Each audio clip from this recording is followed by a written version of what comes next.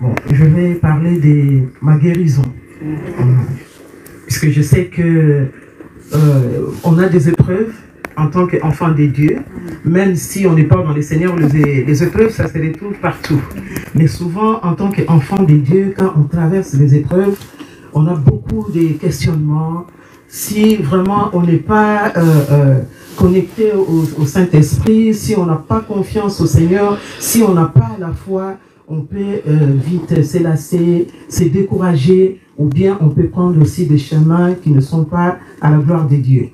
Donc on va dire que j'ai mon témoignage, je vais parler de comment je suis tombée malade, le parcours et comment je suis sortie de... Le Seigneur a fait que je sors de là. C'est long, mais je vais vraiment raccourcir pour gagner le temps. Alors, ça remonte, on va dire que le temps où je suis malade, où j'ai souffert, on va dire 25 ans. 25 ans de maladie. Alors, je ne suis pas venu au Seigneur parce que j'étais malade. Non. Je suis venu au Seigneur, le Seigneur m'a trouvé, m'a appelé, mais je suis tombée malade en étant dans le Seigneur. Servante de Dieu, disciple du Seigneur. Je pense qu'il y a certaines personnes, ou bien au milieu de nous, il y a quelqu'un qui est en train de traverser une période difficile en tant que serviteur et tu te poses beaucoup de questions. C'est-à-dire qu'un soir, je sors de la prière, dans le groupe de l'intercession, je rentre chez moi et violemment dans la nuit, je ressens une douleur très très forte au niveau de l'abdomen. Alors c'est vraiment une douleur qui me réveille. Je commence à vomir. J'ai vomi dans la nuit au moins, plus ou moins 30 fois. Donc c'était tellement, j'étais épuisé. Et le matin, l'ambulance m'amène à l'hôpital. À l'hôpital, ils ne trouvent rien. Je retourne à la maison. Alors c'était le début de mon calvaire. Donc du coup, ma vie, c'était que ça. Donc tous les 2 mois, je faisais des crises. Je ne pouvais plus manger comme il faut. Donc il y avait tout. J'ai fait des hôpitaux, j'ai fait des médecins, ils ont fait des études, j'ai fait tous les examens, ils ne trouvaient pas. Tous les médicaments, au début c'était, on me disait que c'était la gastrite, après, oui, c'est l'ulcère, après, donc ils ne savaient plus quoi faire. Donc c'était comme ça ma vie. Alors, quelque chose s'est passé pendant que je souffrais de cette maladie. Dans la journée, je vivais bien. Donc, je vivais bien. Mais la nuit, c'est la nuit où, quand je faisais la crise, c'était tout le temps la nuit. Donc, c'était des crises. Quand je vous dis que c'est des crises, du coup, ça paniquait tout le monde. À la maison, il n'y avait plus de joie. Donc, les enfants ont vécu ça. Le mari a vécu ça. En tant que servante du Seigneur, je me posais des questions. J'ai dit, mais Seigneur, tu fais la confession, tu fais tout. Vous savez, quand on traverse les épreuves, des fois, les diables, ils viennent, ils te ramènent encore. Oui, voilà, et un jour, tu avais fait ça, nanana, tu étais loin du Seigneur. Donc, tu fais la confession, mais des fois, tu perds la confiance, tu oublies que quand Dieu te pardonne, Dieu oublie. Tout ça, c'est la souffrance, c'est la maladie. Donc, on va dire que pendant toutes ces années, donc je vous dis 25 ans, il y a eu beaucoup d'épisodes, J'ai souffert énormément, mais le Seigneur n'a jamais permis que je manque le dimanche soit à l'église. Des fois, la crise, je la faisais le vendredi, je suis aux urgences, le samedi soir, je rentre chez moi, les dimanches, je suis à l'église. Alors, personne ne peut savoir que, voilà, j'ai passé la nuit aux urgences ou bien j'ai souffert. À part peut-être les personnes qui étaient proches, qui pouvaient au moins savoir qu'il y a quelque chose qui ne va pas. Donc du coup, c'était ça ma vie de tout le temps. Cela a déstabilisé pas mal de choses pendant ces parcours d'années. Mais j'aimerais dire à quelqu'un que le Seigneur, il est fidèle. Amen. Le Seigneur, il est vraiment fidèle, mes bien-aimés. Alors, c'est pas parce que nous sommes dans le Seigneur, c'est pas parce que tu sers le Seigneur qu'une difficulté, une épreuve ne peut pas se présenter. Puisque la parole de Dieu nous dit que le malheur atteint souvent les justes, mais le Seigneur l'en délivre toujours. C'est dans le psaume 34, 19. Donc, la parole ne dit pas que le Seigneur délivre tout de suite. Non, l'en délivre toujours. C'est-à-dire que le temps appartient à Dieu. C'est Dieu qui sait à quel moment il va le faire. Alors, un petit détail. Au début de la maladie, donc quand on m'a amené aux urgences, c'était vers, je crois, 2 heures du matin. J'ai dormi un petit peu et j'ai senti dans mes narines, quelqu'un m'a soufflé très très fort. J'ai reçu un souffle pas possible. Je me réveille, j'ai dit, oula. Alors tout de suite, j'ai pensé à la création. J'ai dit, Seigneur, je sais que c'est toi qui as soufflé quand tu as formé l'homme. L'homme n'avait pas de souffle. Tu as soufflé dans les narines et l'homme a reçu l'esprit, l'âme. La personne a eu le mouvement, la personne a eu la vie. Alors moi, je crois que le souffle que j'ai reçu, c'est la vie. Alors je réveille ma soeur, je dis, écoutez, est-ce que tu as vu quelqu'un? Je regarde comme ça dans la salle, rien ne bougeait. Ma soeur me dit, ben non, en plus elle dormait profondément. J'ai dit, bon Seigneur, c'est toi qui es venu me souffler, donc ça va, que Dieu soit béni. Alors je ne vous dis pas que le lendemain, j'ai commencé à courir. Non, mais j'ai gardé la foi, j'ai dit, Seigneur, je prends. Je sais que tu as soufflé en moi. Mais malgré ça, 25 ans. 25 ans de maladie. On est parti avec la servante Adrienne en Israël. Nous avons prié, des moments de prière à l'église. Des fois, vous savez, quand la situation est tellement... Voilà, des fois, toi-même, tu commences un peu à douter. J'ai vraiment traversé tous ces épisodes. Des fois, tu te dis, ben, je prie pour les gens témoignent. Voilà, tu as prié pour moi, j'ai été guéri, ou bien j'ai eu la réponse. Mais toi-même, tu te dis, ah, mais qu'est-ce qui se passe? Et il y a aussi le regard des autres. Ah, mais elle-même, voilà. Mais c'est pas elle qui est la maman, c'est pas elle qui est l'épouse du pasteur, c'est pas... Donc, dans tout ça, c'est un parcours, c'est un processus. Je voulais encourager quelqu'un, quelles que soient les épreuves que tu es en train de traverser. Le Seigneur, il est fidèle, comme je le disais. Le Seigneur, nous devons faire confiance à notre Dieu. Alors, pendant ce temps-là, le Seigneur avait un processus, puisqu'il y a beaucoup de choses entre-temps, et il y avait des choses qui rentraient dans ma relation personnelle avec le Seigneur. Je voulais encourager quelqu'un, je voulais dire à quelqu'un, quelles que soient les épreuves que tu es en train de passer, ne te décourage pas, n'abandonne pas. On doit s'accrocher, puisque pendant qu'on traverse l'épreuve, nous-mêmes, on sait comment on marche avec le Seigneur. Si ça demande une repentance, on se répand. Si tu sais que tu as tout fait, tu t'es repenti, tu as ta communion avec le Seigneur, la relation, elle est bonne, et que la situation, elle perdure, donc il faut savoir que cette situation que tu traverses n'est pas en contradiction avec le plan de Dieu. Donc Dieu a un plan. Le Seigneur est en train de travailler. Pendant ce temps-là, le Seigneur est en train de t'amener à une autre dimension. Et tu dois passer par le processus. Puisque Dieu rattrape les situations. L'ennemi peut toucher, mais le Seigneur va prendre la situation et ça devient à notre faveur. Donc Dieu a travaillé en moi. Et un jour, pour que je sorte de là, comme je vous ai dit, je fais des hôpitaux, j'ai tout fait. Et à un moment donné, j'ai cru, j'ai dit, je pense que le Seigneur m'a mis cette écharpe pour que je sois toujours auprès de lui. À chaque fois que je tombe malade, je fais la crise, je dois toujours chercher vraiment à bien soigner ma relation ou bien à faire toujours confiance au Seigneur pour être toujours près de lui. Ça, c'était mes pensées. Alors, nos pensées ne sont pas les pensées de Dieu. Donc, j'ai traversé cette période. Le Seigneur m'a rentré dans ces processus. C'était compliqué. Aujourd'hui, je ne sais même pas comment j'ai pu tenir pendant les 25 ans. Mais c'est vrai que ce n'est pas tous les jours, mais c'était répétitif. Répétitif. Mais les crises, c'était chronométré tous les 2 mois. Donc là, j'ai pris, je crois, le double de mes kilos, de poids. J'avais du mal à prendre 1 kilo. Je mangeais plus, donc je ne peux pas manger à mon aise. Donc la liste des choses que j'avais mis de côté.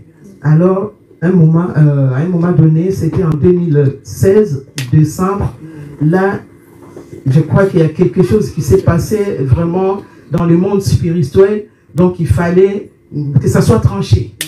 De la même manière, c'est arrivé brutalement, et de la même manière, pour sortir de là, c'était vraiment très violent. Alors, un jour comme ça, j'ai fait la crise. J'ai dit, oh, j'ai déjà maîtrisé, je sais la crise. Quand il y a la crise, je pleure. Je passe ma nuit, toute ma nuit, dans les sanitaires. Donc, quand je fais la crise, c'est plus la chambre, c'est plus les salons, c'est les toilettes. Puisque je dois vomir. Si ça ne sort pas, je dois mettre le doigt pour aller chercher tout ce qui est rentré. Donc, je dois, et quand c'est comme ça, je pleure, j'écris. Donc, j'appelle seulement Jésus. Qui peut manger? Qui peut parler à la maison? Les enfants, le mari, tout le monde. Donc, c'est la prière ou bien c'est le calme, c'est la tristesse, c'est l'angoisse. Mais le Seigneur était toujours là. Alors, ces jours-là, c'était la crise, la dernière crise. Je fais la crise toute la nuit. Mais je vois que c'était insupportable. Insupportable.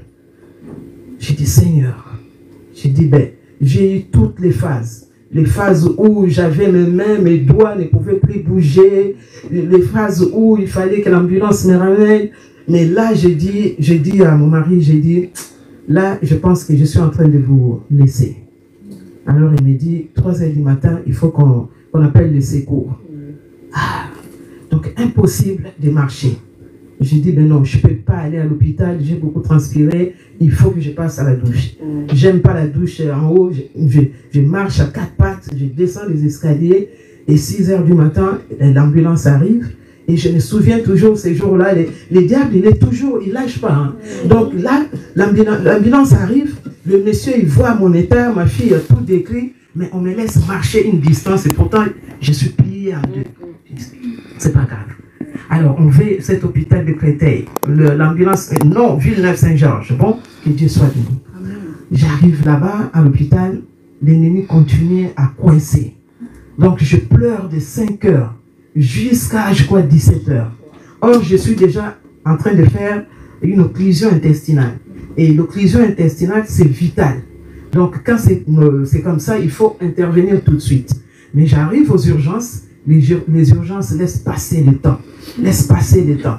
Donc j'ai pleuré, c'était compliqué, morphine sur morphine. Alors là, j'ai plus de douleur et je commence à... Je regarde les choses comme ça. Au fait, je n'étais plus là. Je ne pense plus ni aux enfants, ni à qui que ce soit. Alors je sais que dans ma vie, j'ai eu des étapes comme ça. Donc ce n'est pas le sujet, c'est un autre sujet, mais ça ne rentre pas dans les témoignages. Juste pour dire que j'en ai eu des épisodes où j'ai frôlé la mort à 2 reprises. Mais quand j'étais bébé, ça je ne peux pas les témoigner. Donc c'est ma mère. Donc j'étais décédée. D'après ma mère, je ne respirais plus. Mais c'est à l'église, les prières, c'est là où je suis revenu en vie. Mais de moi-même, j'ai passé 2 épisodes qui ne sont pas dans ça. Ça c'est autre chose. Donc du coup, il y a un médecin qui arrive vers 19 h, qui me regarde, qui me dit, madame, vous souffrez. Je faisais des cris, puisque quand je faisais des crises comme ça, j'ai roté, même si vous êtes même à 5 mètres. Donc, tu m'entends. Et monsieur, il dit, bon, ben, on n'a rien fait pour vous. J'ai dit, j'ai rien fait. Donc là, le Seigneur est en train d'intervenir. Il me dit, ben, j'y vais. Donc il va à l'intérieur, il va voir ses collègues et tout. Je vois, le monsieur revient, on m'amène faire un scanner et tout, et le monsieur revient, il me dit, écoutez, je vois, on m'entoure et tout, il dit, ben, il n'y a plus de temps à perdre, donc là c'est compté, les minutes sont comptées. Occlusion intestinale, donc c'est grave, c'est très grave. Moi je le regardais, au fait là, j'avais plus de douleur, je pensais plus à rien, je pensais, je sais pas, j'avais seulement confiance en Dieu. Alors je vois autour de moi toute la famille en prière et tout. Et moi je le regardais, je leur disais, mais calmez-vous, j'ai confiance en Dieu. Alors ils ne comprenaient pas. Mais moi, j'étais déjà dans une autre phase. Alors on m'amène dans la salle d'op. Sans te couper, on va essayer de faire encore un petit peu plus rapide pour qu'on puisse passer à l'autre. Voilà, là c'est presque la fin. Ça marche. Merci beaucoup. J'arrive là-bas. La décision elle est prise, donc il faut, voilà, selon le diagnostic, on va couper les intestins pour mettre la poche et tout. Donc le chef dit, ouais, la poche. Voilà. Toi, tu es du domaine, ça se dit comment? Stomie, c'est ça? Voilà. Alors, le médecin en chef prend la décision, mais parmi tous les médecins, un médecin qui était là, un médecin syrien qui dit non, moi, je vois que la dame, on doit faire quelque chose pour elle. Donc ce monsieur prend en charge, il fait la signature, et lui il dit que non, on ne va pas couper. Donc tout s'est reposé sur lui.